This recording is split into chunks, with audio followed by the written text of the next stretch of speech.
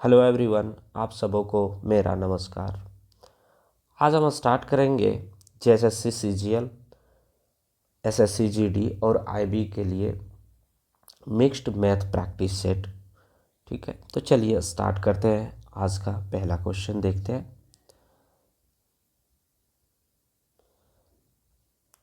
दिया हुआ है पेट्रोल की कीमत 60% बढ़ जाती है, किसी प्रतिशत से पेट्रोल का उपयोग कम करना चाहिए ताकि पेट्रोल के प्रति व्यय अप्रभावित हो। तो कहने का मतलब ये है कि पेट्रोल का कीमत अगर 60% बढ़ जाती है तो किस प्रतिशत से पेट्रोल का उपयोग कम करें ताकि हमारा खर्च जो है वो घट जाए। ठीक है, यानी अप्रभावित मतलब उस पर कोई भी असर ना पड़े। तो चलिए देखते हैं इसको। अगर 60% बढ़ जा रहा है तो 60% का फ्रैक्शन क्या होता है, 3/5 होता है। ठीक है, यहाँ पे बढ़ने का बात कर रहा है तो यहाँ पे क्या होता है, ए बी रूल में होता क्या है, अगर इस तरह से बढ़ने का बात बोल रहा है तो यहाँ पे करेंगे क्या कि 3 अगर ये बढ़ रहा है तो ऊपर वाला जो नंबरेटर रहेगा वो वही रह जाएगा।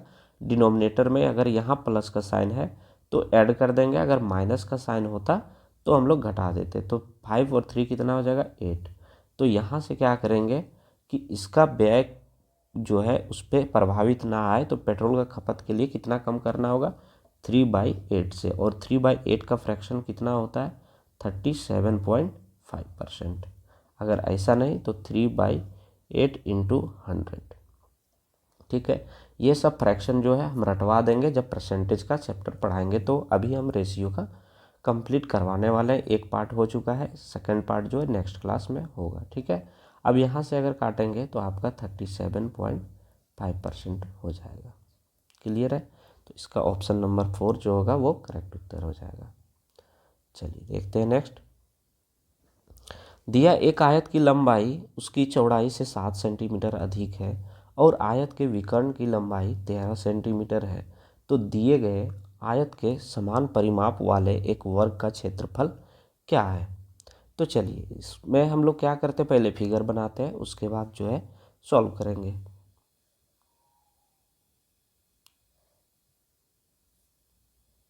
देखिए ये आपका आयत हो गया। अब बोल रहा है कि इसमें जो है विकर्ण अगर 13 है तो आप लोग को पता होगा कि 5, 12, 13 का क्या होता है, ट्रिपलेट। ठीक है, यहाँ से भी जो है थोड़ा सा सेंस आप लगा सकते हैं। अब बोल क्या रहा है कि इसमें जो है आयत की लंबाई चौड़ाई से 7 सेंटीमीटर अधिक है, तो अगर x ये रख दिए तो यहाँ से कितना हो जाएगा, x+7 हो जाएगा।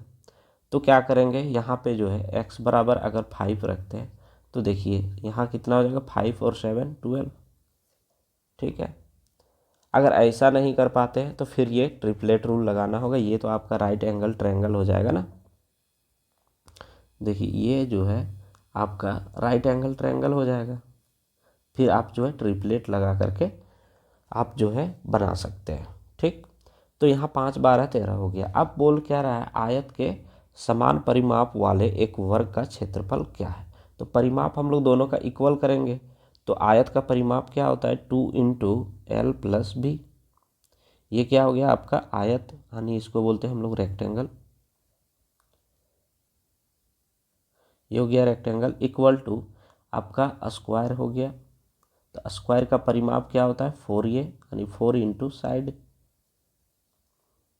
तो देखिए 2 × L+B, L कितना आ गया आपका 12 और B कितना है 5, तो 12 और 5 17 हो गया, इक्वल टू 4 इंटू साइड। यहाँ से अगर काटेंगे तो ये हो गया 2, तो साइड कितना हो जाएगा आपका, साइड इक्वल टू हो जाएगा 17/2। ठीक है, अब क्या पूछ रहा है कि इसका वर्ग का क्षेत्रफल क्या होगा। तो वर्ग का क्षेत्रफल बराबर क्या होता है, area of square equal to side का स्क्वायर होता है। तो साइड का स्क्वायर यानी 17/2 का स्क्वायर कर देंगे। तो 17 का स्क्वायर कितना होता है, 289, और 2 का स्क्वायर 4। अब यहाँ से अगर हम लोग काटते हैं तो कितना हो जाएगा, 4 × 28, 7 हो गया।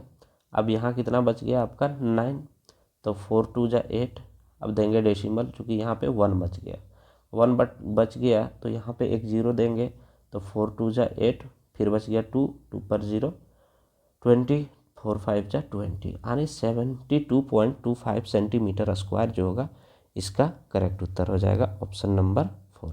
ठीक है, चलिए देखते हैं नेक्स्ट क्वेश्चन।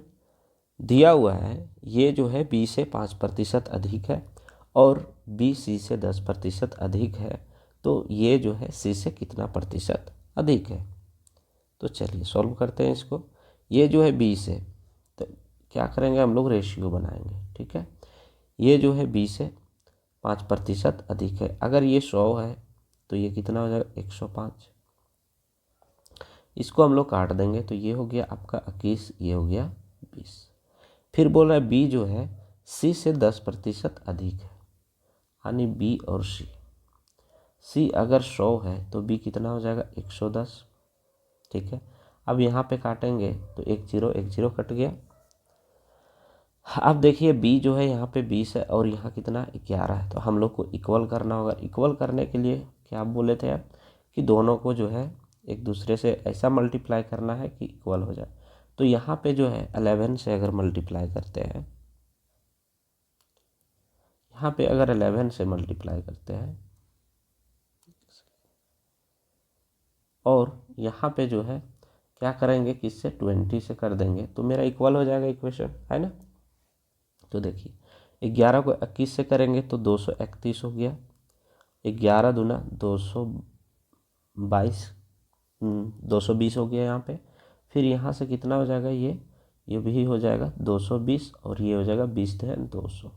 तो देखिए यहाँ और यहाँ इक्वल हो गया, यानी ये बी और सी, इसका रेशियो कितना हो जाएगा 231 रेशियो 220 रेशियो 200। अब क्या बोल रहा है, ये जो है सी से कितना प्रतिशत अधिक है। तो देखिए ये और ये हो गया आपका सी, तो यहाँ कितना अधिक है 31 अधिक है।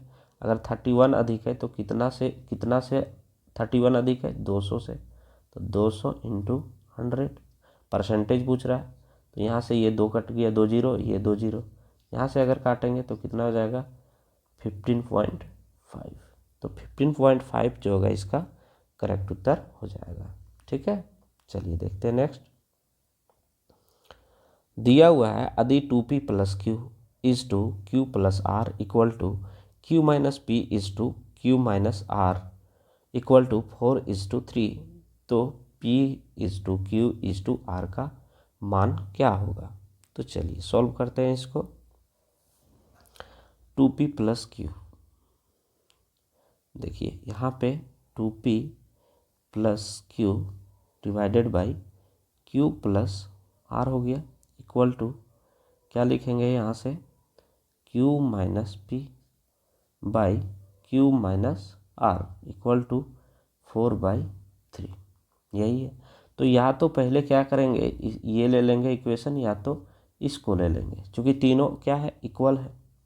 ठीक है, तो करते क्या है कि पहले फर्स्ट और ये जो है आपका इसको ले लेते हैं। अगर ले लेंगे तो क्या हो जाएगा, यहाँ से क्रॉस मल्टीप्लाई कर दीजिए तो हो जाएगा आपका 3 2 जा 6p plus 3q equal to 4q plus 4r। अब इसको हम लोग सेपरेट करेंगे। अगर सेपरेट करते हैं तो क्या हो जाएगा, यहाँ से 6p minus 6p minus q minus 4r, ये हो गया। अब क्या करेंगे, हम लोग सेकेंड इक्वेशन को ले लेते हैं। यहाँ से कुछ भी जो निकलेगा यहाँ इक्वल टू लिखेंगे 0। ठीक, अब लेते हैं सेकेंड वाले को, तो कितना हो जाएगा 3q minus 3p equal to 4q minus 4r। तो चलिए यहाँ पे करेंगे क्या कि सेपरेट कर देते हैं, तो यहाँ हो जाएगा आपका, यहाँ 3p है तो माइनस 3p, हाँ माइनस 3p, ये 4 जो है अगर इधर आ जाता है तो हो जाएगा माइनस क्यू, क्योंकि ये प्लस है तो इधर आ जाएगा माइनस क्यू, और इधर लेफ्ट में आ जाएगा आर, तो ये हो जाएगा +4r इक्वल टू 0। अब देखिए ये इक्वेशन दोनों आ गया, ठीक है। अब करते क्या है कि हम लोग इसको सेपरेट कुछ करते हैं, ताकि जो है दो इक्वेशन हो गया, ये इक्वेशन 1, ये इक्वेशन 2। अब सॉल्व करते हैं। सॉल्व अगर हम लोग करेंगे तो होगा क्या कि हाँ देखिए, फ्रॉम इक्वेशन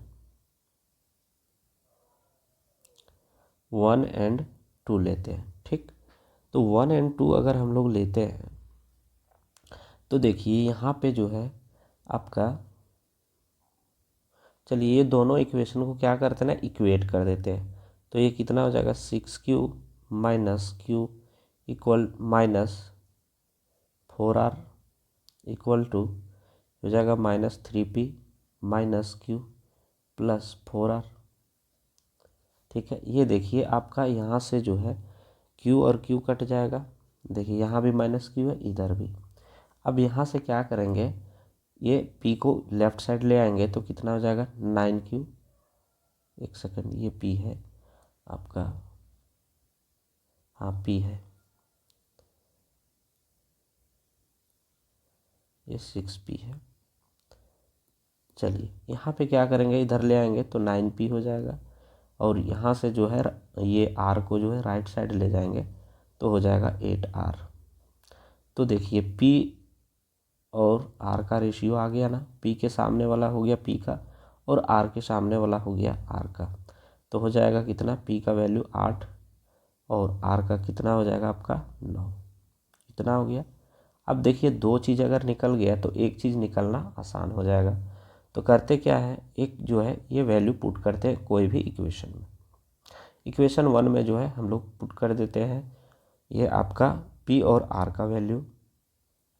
तो देखिए p और r का वैल्यू अगर पुट करेंगे तो कितना हो जाएगा, यहाँ से p का जो है वो आया 8, तो 8 छक 48 माइनस q, फिर हो जाएगा -9 चौके 36 इक्वल टू 0। अब 48 में 36 गया तो कितना हो जाएगा 12, तो -q प्लस 12 हो गया इक्वल टू 0, यानी q इक्वल टू क्या हो जाएगा 12। तो आपसे पूछ क्या रहा था, पी क्यू आर का रेशियो। तो देखिए यहाँ पे कितना आ गया 8, फिर हो जाएगा पी क्यू ये 12, और ये हो गया आपका आर का रेशियो 9। तो 8, 12 और 9 जो होगा इसका करेक्ट उत्तर हो जाएगा ऑप्शन नंबर 3, यानी 8, 12, 9, ठीक है। चलिए देखते हैं नेक्स्ट क्वेश्चन। दिया हुआ है एक समचतुर्भुज का छोटा विकर्ण और इसके भुजाओं की लंबाई के बराबर है। यदि प्रत्येक भुजा की लंबाई 4 सेंटीमीटर है तो समचतुर्भुज के बड़े विकर्ण के बराबर भुजा वाली समबाहु त्रिभुज का क्षेत्रफल क्या होगा। तो देखिए करते क्या है, पहले समबाहु ये समचतुर्भुज हम लोग बना देते हैं। यहाँ से हो जाएगा आपका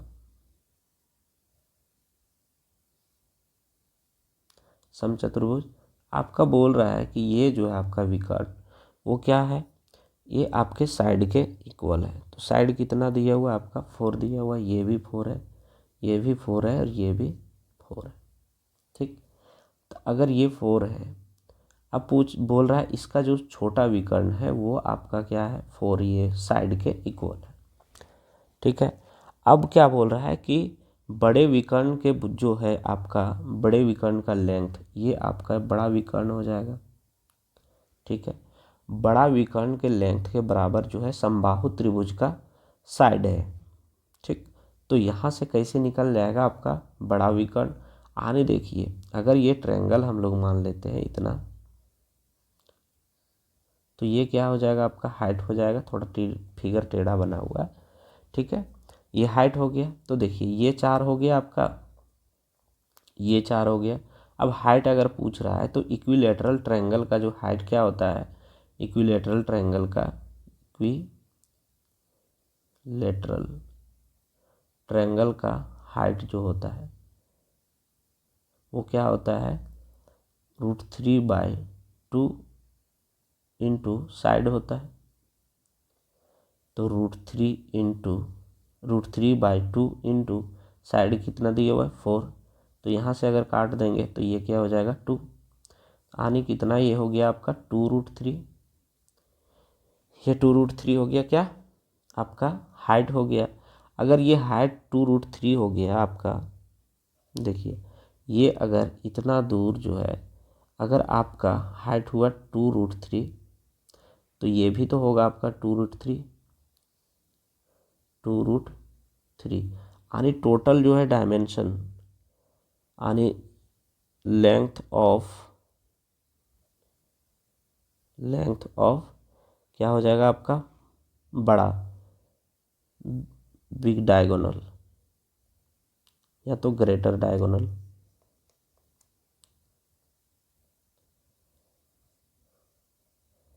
डायगोनल जो होगा वो कितना हो जाएगा 4√3 हो जाएगा। अगर ये 4√3 हो गया यानी समबाहु त्रिभुज का क्षेत्रफल आपका साइड जो क्या हो जाएगा, देयरफॉर जो होगा इक्विलैटरल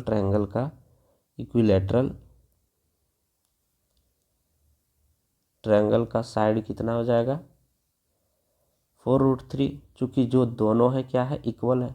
अब पूछ रहा है एरिया, तो एरिया बराबर क्या होता है, एरिया बराबर होता है √3/4 इंटू साइड का स्क्वायर। अगर साइड का स्क्वायर होता है तो साइड आपका आ चुका है, तो √3/4 इंटू 4√3 हो गया ये, ठीक है।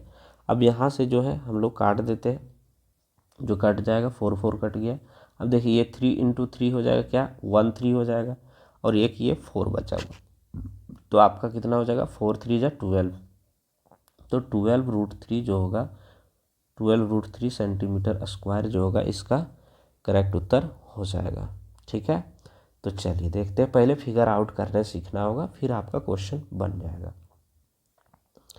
चलिए दिया नेक्स्ट क्वेश्चन, 32 कुर्सियों को 2800 रुपये में बेचने पर 4 कुर्सियों की लागत मूल्य के बराबर नुकसान होता है, तो एक कुर्सी की लागत मूल्य क्या है। तो चलिए देखते हैं इसको। तो देखिए यहाँ पे क्या बोल रहा है, 32 कुर्सियों को 2800 रुपया में बेचने पे 400 कुर्सी के बराबर इसका नुकसान हो जाता है। तो अगर देखिए 32 कुर्सी अगर 3200 में बेचता तो इसको कोई भी प्रकार का नुकसान नहीं होता, ठीक है। लेकिन इसको 4 कुर्सी के बराबर नुकसान होता है, यानी करेंगे क्या कि 32 में जो है वो 4 घटा दिया है, इतना के बराबर इसको नुकसान हो रहा है, तो 32 में 4 कितना हो गया 28, और 28 कुर्सी को अगर ये 2800 में बेचता तो इसको कोई भी प्रकार का नुकसान नहीं होता, यानी जो होगा कुर्सी का सीपी कितना हो जाएगा 100 रुपया हो जाएगा। तो 100 इसका जो होगा वो करेक्ट उत्तर हो जाएगा, ठीक है। चलिए देखते हैं नेक्स्ट क्वेश्चन। दिया एक स्कूल में 60% छात्र लड़के हैं, 40% लड़के परीक्षा में उत्तीर्ण हुए, यदि कुल छात्रों का प्रतिशत 35% परीक्षा में उत्तीर्ण हुए तो कितने प्रतिशत लड़की परीक्षा में उत्तीर्ण हुए। तो देखिए बोल क्या रहा है कि 60% लड़के हैं, तो 60 अगर बॉयज़ हैं, 60% बॉयज़ हैं तो गर्ल्स कितनी हो जाएगी 40 हो गया। अब क्या बोल रहा है कि 40% लड़के उत्तीर्ण हुए, तो 60 का 40% कितना हो जाएगा, 60 का 40% हो जाएगा आपका 24, ये हो गया पास्ट। अब अनुत्तीर्ण का बात हो रहा है, तो 60 में 24 अगर पास हुआ तो फेल कितना हो जाएगा आपका 36, ठीक। अब क्या बोल रहा है, यदि कुल छात्रों का 35% परीक्षा में उत्तीर्ण हुए, यानी 100 का 35%, यानी 35 स्टूडेंट पास हुआ total past student, total past 35 हो गया। अब यहाँ पे बोल रहा है कि कितने प्रतिशत लड़की जो है परीक्षा में उत्तीर्ण हुए। तो देखिए यहाँ पे जो है 24 पास हो चुका है, बच कितना रहा 11 बच रहा है, अब 11 जो बच रहा है यहाँ पे, तो वो किस में, लड़की लोग में ही पास होगी। तो 11/40 करेंगे इंटू 100। ठीक है, यहाँ से अगर हम लोग काटते हैं तो कितना हो जाएगा आपका, ये 2 दूना 4 और ये फिर 5 दूना 10, यानी 11 पचे 55/2। इसको अगर काटते हैं तो 27.5 हो जाएगा। ये हो गया, लड़की जो है वो पास कर रही है 27.5%। तो 27.5% जो है ना वो गर्ल्स जो है वो पास कर रही है। तो फेल कितना करेगी लड़की लोग है, ये पास्ट गर्ल है, पास्ट गर्ल, ये पास्ट गर्ल। तो फेल कितना करेगी गर्ल्स में, अगर 100 में से 27.5 अगर सब्ट्रैक्ट कर देते हैं तो कितना हो जाएगा, 72.5%, यानी 72.5% गर्ल्स जो है वो फेल हो जाएगी। ठीक है, तो चलिए देखते हैं नेक्स्ट क्वेश्चन। दिया हुआ है, यदि किसी वस्तु को अंकित मूल्य के 30% की छूट पर बेचता है तो यह 20% की हानि होता है। अंकित मूल्य के कितने प्रतिशत की छूट पर यह लाभ या लाभ की स्थिति हो जाएगा। तो कहने का मतलब ये है कि कोई वस्तु है उस पर 30% जो है वो छूट दिया जाता है अंकित मूल्य पे, तो उसे 20% की हानि होती है। तो आपका जो है अंकित मूल्य पर कितने प्रतिशत की छूट दिया जाए कि या लाभ हो या नहीं भी हो, उसका स्थिति बना रहे। ठीक है, तो चलिए होगा क्या कि अंकित मूल्य पे 30% मान लेते हैं कि MRP जो है वो कितना है 100। ठीक है, इस पे छूट देगा तो कितना हो जाएगा 70। इस पे क्या बोल रहा है कि 20% का हानि होता है, तो 100 में 20 गया तो कितना हो गया 80। अब देखते हैं इसका अंतर कितना है, अंतर कितना हो गया आपका 10। तो कितना हो जाएगा 10/80 इंटू 100। अब यहाँ से 1 0 1 0, अब 100/8 कितना होता है आपका 12.5%। ठीक है, तो 12.5% जो होगा इसका करेक्ट उत्तर हो जाएगा ऑप्शन नंबर 3। क्लियर है, चलिए देखते हैं नेक्स्ट। दिया हुआ है, मनोज एक दिन में 8 घंटे काम करके 15 दिन में एक कार्य को पूरा कर सकता है और संतोष एक दिन में 9 घंटे काम करके इसे 10 दिन में पूरा कर सकता है। यदि मनोज और संतोष एक साथ प्रतिदिन 6 घंटे काम करना शुरू करते हैं तो वो कितने दिन में कार्य को पूरा कर देंगे। तो चलिए पहले क्या करेंगे, हम लोग टोटल वर्क निकालेंगे और यहाँ पे जो है आपका MDH फार्मूला यूज होगा, जो कि होता है MDH। M मीन्स होता है मैन, D मीन्स होता है डे और H मीन्स होता है आवर। ठीक है, ये चीज़ आपको याद रखना है। क्लियर है। अब देखिए मनोज, तो मनोज जो है वो कितना काम कर रहा है आपका 8 घंटे कर रहा है, और कितना दिन तक 15 दिन तक। ठीक है, और बोल रहा है कि संतोष जो है वो 9 घंटे काम करता है 10 दिनों तक। क्लियर है। अब यहाँ से हम लोग का इफ़िशियंसी दोनों का आ जाएगा। तो देखिए यहाँ से अगर काटते हैं तो ये 5 तिया 15 और ये 3 तिया 9, 5 दूना 10, 2 चौके 8। अब क्या हो जाएगा, इन लोग का इफ़िशियंसी जो होगा मनोज और संतोष का, वो हो जाएगा आपका मनोज के सामने कितना है 3 और संतोष के सामने 4, तब हो जाएगा ये 3:4 जो होगा इसका इफ़िशियंसी हो जाएगा। ठीक है, अब निकालना है टोटल काम। टोटल काम निकालने के लिए कोई भी जो है इक्वेशन या तो इसमें पुट कर दीजिए या तो इसमें कर दीजिए, आपका टोटल वर्क निकल जाएगा। तो टोटल वर्क पहले निकालते हैं। टोटल वर्क जो है 3 जो है इसी में डाल देते हैं। ठीक है, तो 15 तिया 45। ठीक है, या तो इसमें अगर डालते हैं तो 4 डालेंगे तो 9 चौके 36, ये आसान होगा। यहाँ पे अगर S का वैल्यू अगर 4 डाल देते हैं तो 9 चौके 36 दे 360, यानी 360 जो होगा टोटल वर्क हो जाएगा। ठीक है, अब बोल रहा है मनोज और संतोष एक साथ प्रतिदिन 6 घंटे काम करता है, यानी ये 4 3 7 हो गया, ये 7 हो गया और ये 6 दिन काम करता है दोनों। अब बोल रहा है कितने दिनों में ख़त्म हो जाएगा, 6 घंटे काम कर रहा है। तो देखिए यहाँ से काटेंगे तो 6 छक 36, यानी ये हो गया 6, अब कितना बच गया 60/7, तो हो जाएगा ये 7×6 = 42, 7×8 = 56, हाँ 7×8 = 56, बच गया 4, तो 4/7 यानी 8 से ही 4/7 दिन जो है मैं काम को दोनों मिल करके ये कंप्लीट कर देगा। ठीक है, चलिए देखते हैं नेक्स्ट क्वेश्चन।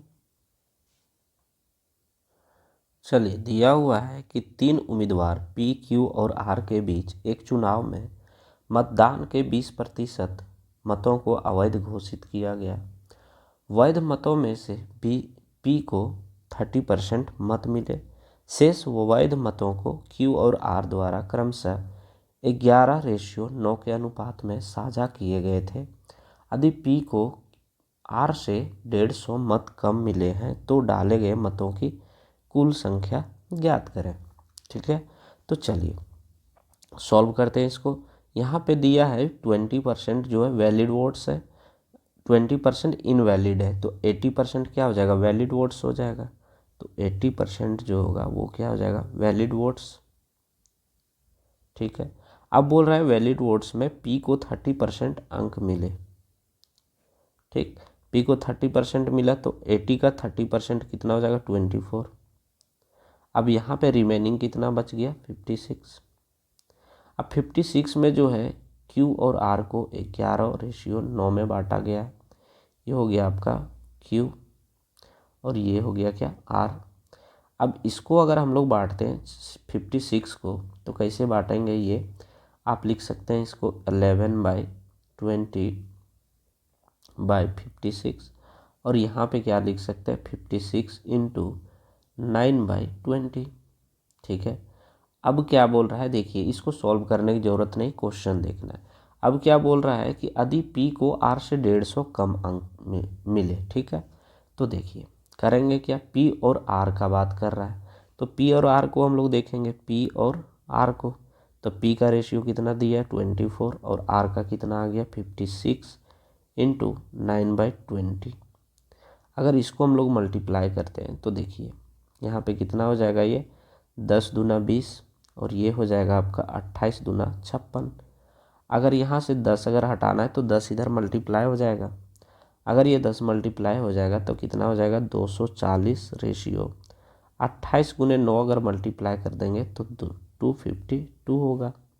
ठीक है, 252 हो गया। अब देखिए इसका अंतर जो है बोल रहा है ये आपका 150 कम है, तो इसका अंतर निकालेंगे तो कितना हो जाएगा 12 और 12 का वैल्यू कितना दिया है 150 दिया है। ठीक, अब हम लोग को निकालना कितना होगा 100% का वैल्यू, तो 100% का वैल्यू कितना हो जाएगा आपका 150/12 × 100 कर देंगे। यहाँ से अगर काटते हैं तो 3 चौके 12 और ये 25 चौके 100, यहाँ से काटेंगे तो 3 5 15। देखिए 50 और 25 आ गया। अब 25 को 5 से मल्टीप्लाई करेंगे तो कितना हो जाएगा 125 और एक यहाँ पे 0 था, यानी 1250 जो होगा इसका टोटल वोट्स हो जाएगा। देखिए कहीं पे हम लोग एरर कर रहे हैं, एक सेकेंड, 3 चौके 12 25 चौके 100, तो देखिए हम लोग का क्या है आंसर सही आया है, ऑप्शन में कुछ एरर है। चूँकि देखिए यहाँ पे जो था सारा कैलकुलेशन हम लोग का लगभग ठीक है। ठीक है, तो देखिए यहाँ पे जो है इसको काट देते हैं, ये जो होगा 1250 आपका करेक्ट उत्तर हो जाएगा। ठीक है, चलिए देखते हैं नेक्स्ट क्वेश्चन। दिया है एक किराने वाला 2 प्रकार के गेहूं का मिश्रण करता है और 25% का लाभ कमाने के लिए मिश्रण को 28 रुपये प्रति किलोग्राम पर बेचता है। यदि पहली किस्म की लागत मूल्य दूसरी से दुगुनी है और उसने उन्हें 2:3 के अनुपात में मिलाया है तो सस्ती किस्म का प्रति किलोग्राम मूल्य ज्ञात करें। ठीक है, तो देखिए यहाँ पे जो मसला है ना, आपका पहला किस्म जो है दूसरे किस्म का 2 गुना, यानी फर्स्ट इक्वल टू क्या हो जाएगा 2 गुना है दूसरी किस्म 2 × सेकेंड हो जाएगा, यानी फर्स्ट का वैल्यू क्या हो जाएगा यहाँ पे, अगर फर्स्ट और सेकेंड का अगर रेशियो निकालते तो ये हो जाएगा आपका 2, इसके सामने वाला वैल्यू 2 और इसके सामने वाला वैल्यू कितना हो जाएगा 1, तो ये हो जाएगा 2:1 हो जाएगा। ठीक है, इसको हम लोग लेट क्या कर सकते हैं 2x और इसको मान सकते हैं x, यानी यहाँ जो है केवल x होगा। अब बोल रहा है इसको मिलाया जाता है 2:3 के अनुपात में, यानी ये हो जाएगा 2x जो होगा वो 2/5 हो जाएगा, इसी में मिला रहा है। प्लस b जो है सेकंड वाला x है, इसको कितना मिलाएगा 3/5, और इसको क्या कर रहा है ना कि 28 रुपये किलोग्राम था, उसको 25% लाभ पे ये बेच दे रहा है। तो 28 का जो होगा 25% लाभ, यानी 125/100। इसको हम लोग क्या लिख सकते हैं, तो देखिए इधर जो था ना CP था, तो इधर भी तो CP होना चाहिए। तो CP बराबर क्या होता है यहाँ पे SP इंटू 100 प्रॉफिट और लॉस प्लस माइनस जो भी हो आपका हो रहा है, तो प्रॉफिट हो रहा है तो 100 + 25 यानी 125 हो जाएगा। तो देखिए इधर CP था तो इधर भी CP में आ गया। ठीक, तो चलिए अब यहाँ से सॉल्व करते हैं। तो ये हो गया आपका 25×5 = 25 और ये हो गया 25×4 = 100। अब देखिए यहाँ पे क्या प्लस है तो 5 दोनों में है तो कॉमन आ जाएगा, तो ये 5 5 कट गया, तो इधर भी ये 5 कट जाएगा। ठीक, अब यहाँ से हम लोग सॉल्व करते हैं। तो 2 दूना 4x + 3x यानी 7x इक्वल टू, यहाँ से अगर मल्टीप्लाई करते हैं तो 28 × 4 हो जाएगा। ये अगर काटते हैं तो 7×4 = 28, तो x का वैल्यू कितना हो जाएगा 4×4 = 16, यानी 16 जो होगा इसका करेक्ट उत्तर हो जाएगा। तो यहाँ पे जो है इसका यानी सेकंड किस्म का जो चीज़ था आपका सामान वो 16 रुपये था। अगर आपका फर्स्ट बोलता तो 16 दूना 32 हो जाता, यानी सबसे महंगी चीज़ वस्तु होता। ठीक है, तो चलिए यहाँ आगे देखते हैं। नेक्स्ट क्वेश्चन दिया हुआ है, एक आयताकार गेहूं के खेत का क्षेत्रफल 1682 वर्ग मीटर है, जबकि इसका परिमाप 29 का पावर ये इंटू 3 का पावर b इंटू 2 का पावर c मीटर है। यदि लंबाई और चौड़ाई धनात्मक पूर्णांक है तो परिमाप ज्ञात करें। तो देखिए अगर इस तरह का क्वेश्चन है तो ज़्यादातर जो है ये सॉल्व होते हैं आपके ऑप्शन से, चूँकि ये जो है ना ये आपका मैच होना चाहिए ऑप्शन में फैक्टर। तो इसको अगर हम लोग फैक्टर करते हैं तो कितना बार में जाएगा, ये हो जाएगा 8 दूना 16 और ये 7 दूना 14। अब इसको अगर फैक्टर करेंगे तो कितना हो जाएगा 29 × 3, यानी हम लोग क्या लिख सकते हैं इसको 29 × 3 × 2 हो गया ये आपका। अब इसको अगर हम लोग देखेंगे तो कितना हो जाएगा 29 × 2 58, यहाँ से कितना हो जाएगा 29 दूना 58 दूना 116, और ये हो गया 29 × 3। तो देखिए इसमें एक ही ऑप्शन है जो कि इस जो वैल्यू को जो है वो फॉलो कर रहा है। तो इस तरह से जो है आपका ऑप्शन नंबर 1 जो होगा यानी फर्स्ट वो करेक्ट उत्तर हो जाएगा, और ये सब जो होगा वो गलत हो जाएगा। ठीक है, चलिए देखते हैं नेक्स्ट क्वेश्चन। दिया है एक वस्तु का क्रय मूल्य x रुपया है, इस पर 100% अधिक मूल्य अंकित किया जाता है और 30% छूट देकर इसे 420 रुपये में बेचा जाता है। तो चलिए इसमें अंकित करते हैं।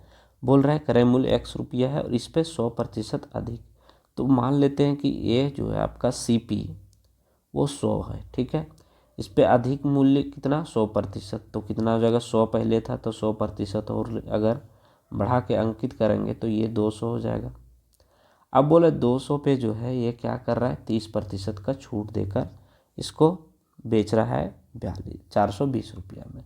तो इसका 30% छूट देंगे तो कितना हो जाएगा 70% पे यानी बेचेंगे, तो कितना हो जाएगा ये आपका, ये 2 जीरो कटेगा तो 70 दूना 140, तो 140 जो होगा 140 का वैल्यू कितना दिया है आपका 420, यहाँ 70% को लिख सकते हैं 70/100, तो यहाँ से ये 2 जीरो और ये 2 जीरो कट गए। अब यहाँ से कितना का मल्टीपल है 3 का, तो 4 42 ये कट गया, तो 100 का वैल्यू कितना हो जाएगा 100% का वैल्यू 300, यानी 300 जो होगा इसका क्रय मूल्य हो जाएगा। ठीक है, चलिए देखते हैं नेक्स्ट क्वेश्चन। दिया है, यदि एक बेलन के त्रिज्या को 3 गुना किया जाता है और ऊंचाई को आधा किया जाता है तो नई आयतन तो तो नई आयतन और पिछले आयतन के बीच का अनुपात क्या है। तो चलिए देखते हैं, इसको सॉल्व करते हैं। बोले त्रिज्या को 3 गुना कर दिया जाता है, ये 3r हो गया, ये न्यू का हो गया, ठीक है, और ऊंचाई को आधा कर दिया जाता है। तो देखिए हाइट को क्या करेंगे, h/2 लिख देंगे, ठीक है। ये न्यू हो गया। ओल्ड क्या होता है, ओल्ड क्या होगा, ओल्ड का रेडियस जो होगा, तो ओल्ड का r हो जाएगा ये रेडियस और हाइट हो जाएगा h।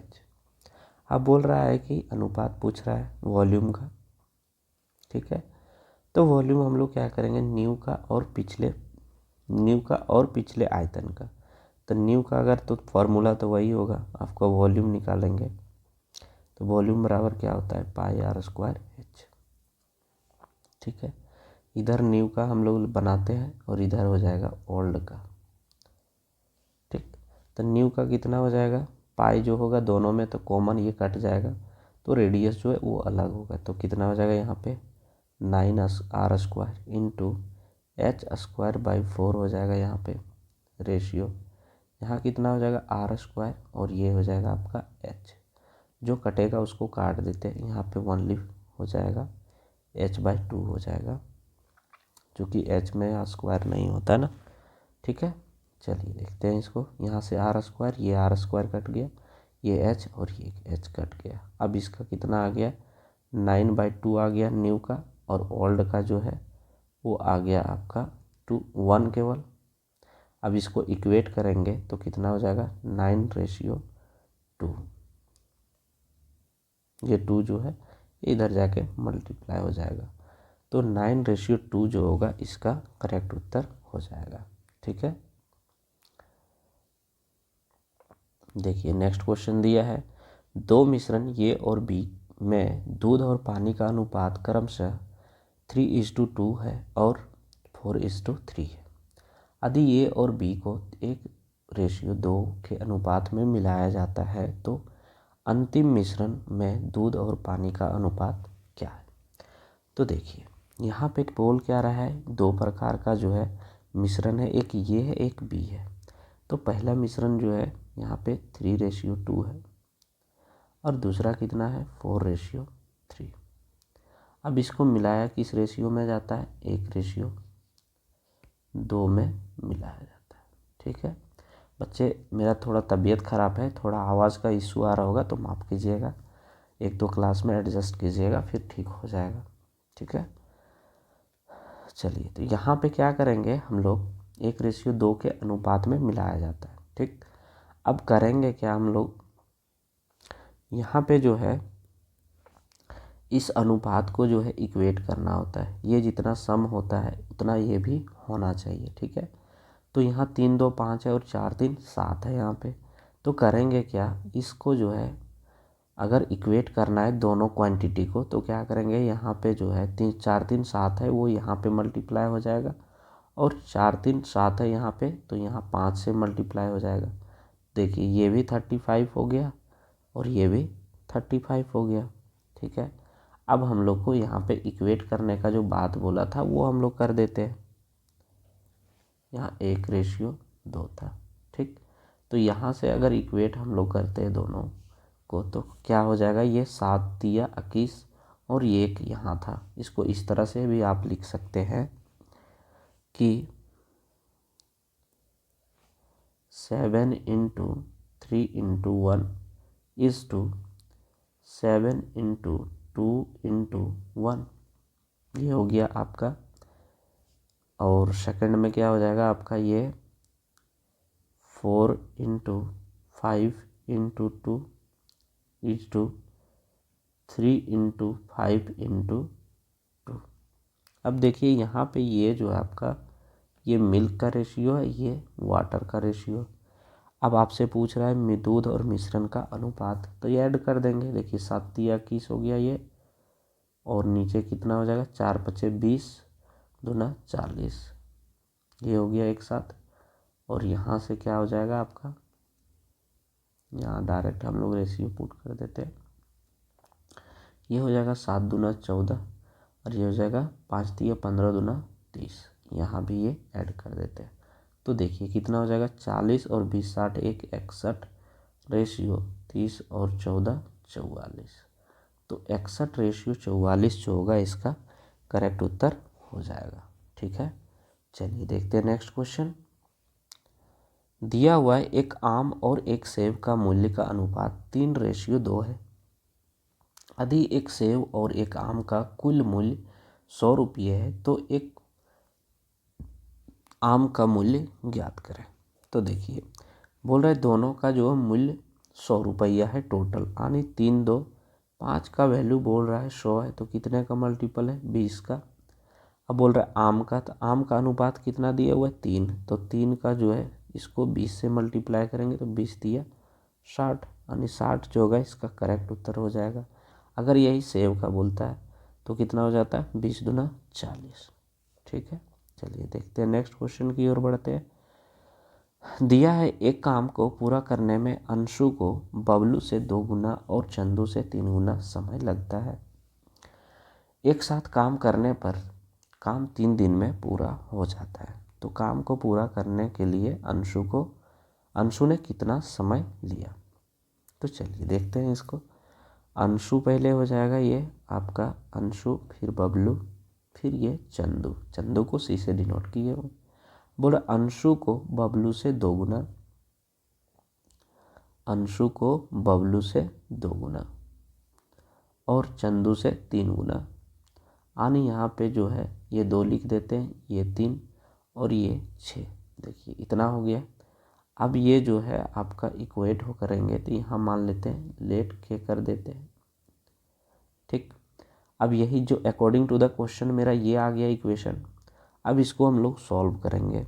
अगर सॉल्व करेंगे तो कितना हो जाएगा, ये बी और सी का जो होगा इफ़िशियंसी, आप इसको क्या लिख सकते हैं, ये बराबर k/6 और बी बराबर लिख सकते हैं k/3 और सी बराबर लिखेंगे हम लोग k बराबर k/2। ठीक है, अब यहाँ से अगर इफ़िशियंसी निकालना हो तो पहले टोटल वर्क निकालेंगे हम लोग। तो कितना हो जाएगा, ये नीचे 6 हो जाएगा एलसीएम, तो यहाँ कितना हो जाएगा आपका, हो जाता है ये 6 कम 6, ये हो गया 1, और यहाँ से कितना हो जाएगा आपका 3 दूना 6, यह कितना हो जाएगा 2 तिया 6। अब बोल रहा है तीनों मिल करके 3 दिन में कंप्लीट करता है। तो तीनों को मिला देते हैं, 2 और 1 3 और 1 3 6, तो 6 गुने 3 कितना हो गया 18। 18 दिन में ये तीनों मिलके करता है तो कंप्लीट हो जाएगा। लेकिन बोल रहा अंशु जो है वो कितने समय में करेगा। तो टोटल वर्क आपका कितना आ गया 18। अब बोल रहा है अंशु का, तो अंशु का जो है इफ़िशियंसी कितना दिया हुआ है 1 दिया हुआ है, तो 18/1 यानी 18 डेज में जो है अंशु काम को कंप्लीट कर देता है। ठीक है, चलिए देखते हैं नेक्स्ट क्वेश्चन। दिया हुआ है एक दूध के बड़े ड्रम को क्रमशः 6 9 15 और 18 के 4 मापने वाले जार में खाली करना चाहता है। वह पाता है कि ड्रम को खाली करने के लिए वह चाहे किसी भी जार का उपयोग करता हो, 4 लीटर दूध अभी भी शेष बच जाता है। तो ड्रम का न्यूनतम संभावित आयतन क्या होगा यदि यह 7 का गुणज है। तो देखिए अगर इस तरह का क्वेश्चन अगर आपका रहता है तो करेंगे क्या कि 7 का मल्टीप्लाई चेक करने, या 7 का गुणज बोल रहा है तो 7 का मल्टीपल चेक करके जो है इसको सॉल्व कर देना है। तो देखिए यहाँ पे अगर करते हैं तो एक यही ऑप्शन है, 7 5 35 और 7 दूना 14, एक सही है ये आ रहा है।